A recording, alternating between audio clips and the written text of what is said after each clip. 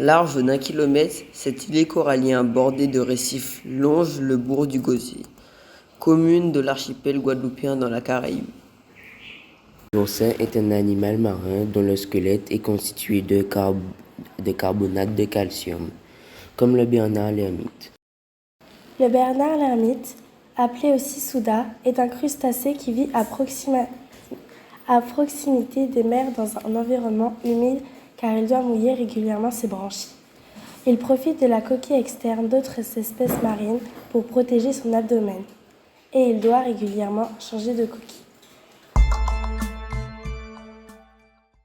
Comment l'acidification des océans impacterait les oursins et les bernards l'ermite sur l'îlet du Gosier?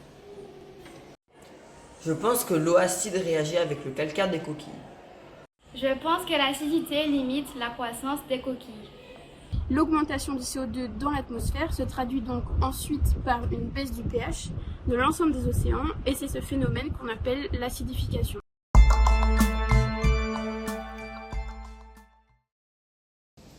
La coquille de l'œuf contient du carbonate de calcium présent dans le squelette ou la coquille des oursins et des bernards l'ermite. On observe qu'au contact de l'acide, la coquille se dissout. Il y a donc une réaction chimique entre le carbonate de calcium de la coquille et l'acidité de l'eau de mer.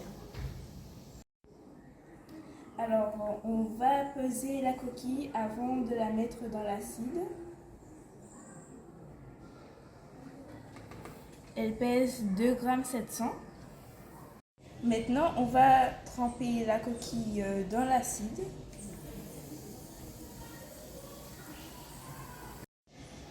Après le contact de la coquille avec l'acide, on remarque que la masse elle a diminué. Donc maintenant, ça fait 2 grammes. Cette acidification trouble tous les organismes qui ont un squelette calcaire, donc les oursins, les crustacés. Ça affaiblit aussi les coraux. Pour conclure, nous constatons que l'acidification peut nuire aux organismes qui utilisent le carbonate de calcium pour former leur squelette. La conséquence est une réduction de la calcification du squelette, des oursins et des bernards l'ermite.